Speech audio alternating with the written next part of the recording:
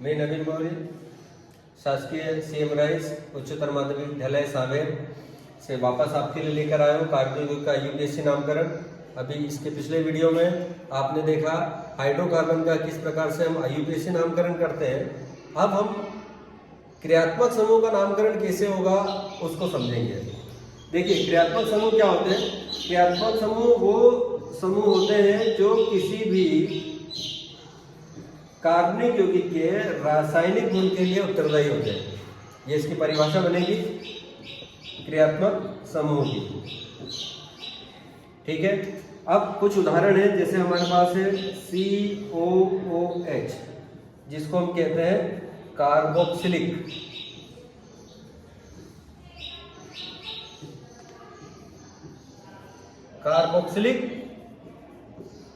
अम्ल समूह। ठीक है, कार्बोक्सिलिक अम्ल समूह COOH, या इसको हम CO और ये OH इस प्रकार से भी दर्शा सकते हैं। आपको क्रियात्मक समूह में जब भी आप नामकरण करें तो आपको दो चीजों का ध्यान रखना है।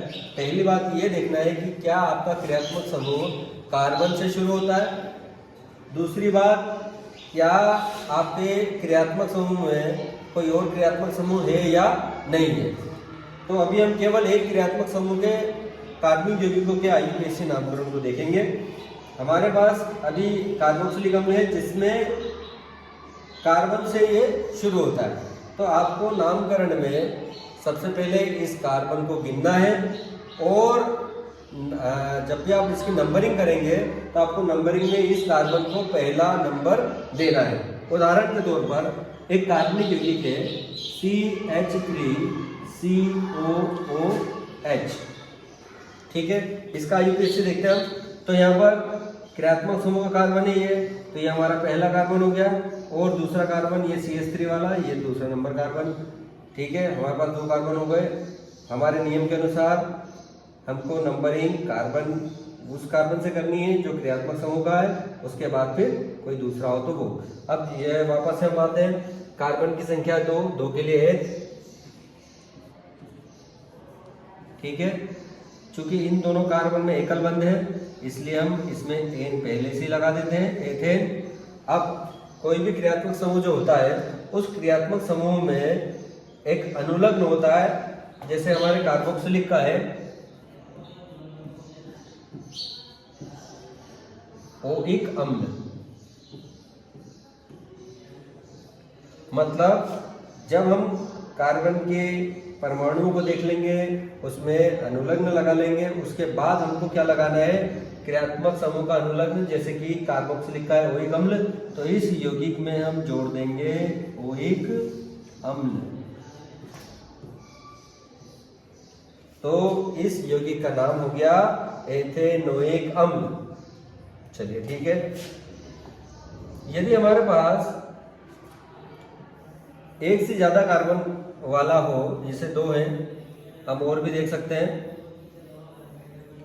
मान लीजिए इसमें 3 कार्बन है या 4 है, 4 ले लेते हैं। 4 कार्बन कहां पर है तो आप देखें, पहला कार्बन क्रियात्मक समूह का, उसके बाद के ये 3 कार्बन। तो 4 कार्बन का ब्यूट, सब में एकल बंध है तो हमने लगा दिया एन, और कार्बोक्सिलिक का जो अनुलग्न है वो ओइक अम्ल है, तो इसमें हम जोड़ देते हैं ओइक अम्ल। इस प्रकार से इस क्रियात्मक समूह का नाम हुआ ब्यूटेनोइक अम्ल। इस कार्बनिक यौगिक का नाम हुआ ब्यूटेनोइक अम्ल। क्रियात्मक समूह में और भी कई सारे क्रियात्मक समूह हैं। जैसे एक और हम लेते हैं CHO, जिसका हम अल्डिहाइड कहते हैं, अल्डिहाइड। और इसका अनुलग्न बिल्कुल सिंपल सा है। इसके शुरुआती 2 शब्द देखें आप, अल्डिहाइड का अल्डिहाइड। ठीक है, और ये भी कार्बनिक यौगिक है जिसमें कार्बन है। तो आप देखो, आप CH3CHO 2 कार्बन के लिए हो गया एक, दोनों में एकल बंध एन, और अल्डिहाइड का अल, तो ये हो गया एथेनल। ठीक है, एक और सिंपल सा उदाहरण देखो, कभी एक ही कार्बन हो तब आप क्या करेंगे, एक कार्बन मतलब मेथ, और चूंकि एक कार्बन है तो इसमें डबल बॉन्ड ट्रिपल बॉन्ड तो हो ही नहीं सकता, तो ये हो गया मेथेन, और इसमें हम लगा लिया अल, तो इस यौगिक का नाम हो गया मेथेनल। इसी प्रकार से अल्डिहाइड के अलावा हमारे पास एक और क्रियात्मक समूह है जिसको हम कहते हैं कीटोन, और कीटोन का क्रियात्मक समूह होता है C डबल बॉन्ड O, या इसको कई बार ऐसे भी लिखा जाता है। ठीक है, तो अब आप देखेंगे कीटोन जो होता है उसमें दो हमको एक खुले बंध दिख रहे हैं, यहाँ पे देख रहे हैं आप, तो इसमें दोनों तरफ यदि कार्बन होगा तो ही ये होगा हमारा कीटोन। तो ये CH3 एक कार्बन हुआ, और CO के दूसरी तरफ एक और हम कार्बन ले लेते हैं, तो हमारे पास कितने कार्बन हो गए, 1 2 3, 3 कार्बन के लिए क्या लेंगे हम, प्रोप, और प्रोप में देखो यहाँ पे सभी कार्बन के वजह एकल बंध है, तो हमने जोड़ दिया N, और कीटोन का अनुलग्न होता है ओन। कीटोन शब्द में ओन का उच्चारण आ रहा है तो वो कीटोन हो गया, तो इसमें हमने और जोड़ दिया, तो ये हो गया हमारा प्रोपेनोन। ठीक है, इसी में मैं आपको थोड़ा सा चेंज करके बताता हूं। यदि मैंने यहां पर 2 कार्बन ले लिए, तो अब देखिए 1 2 3 4 कार्बन हो गए, तो 4 कार्बन के लिए हमारा ब्यूट, और इसमें ओन जोड़ दिया हमने, तो ये हो गया ब्यूटेनोन।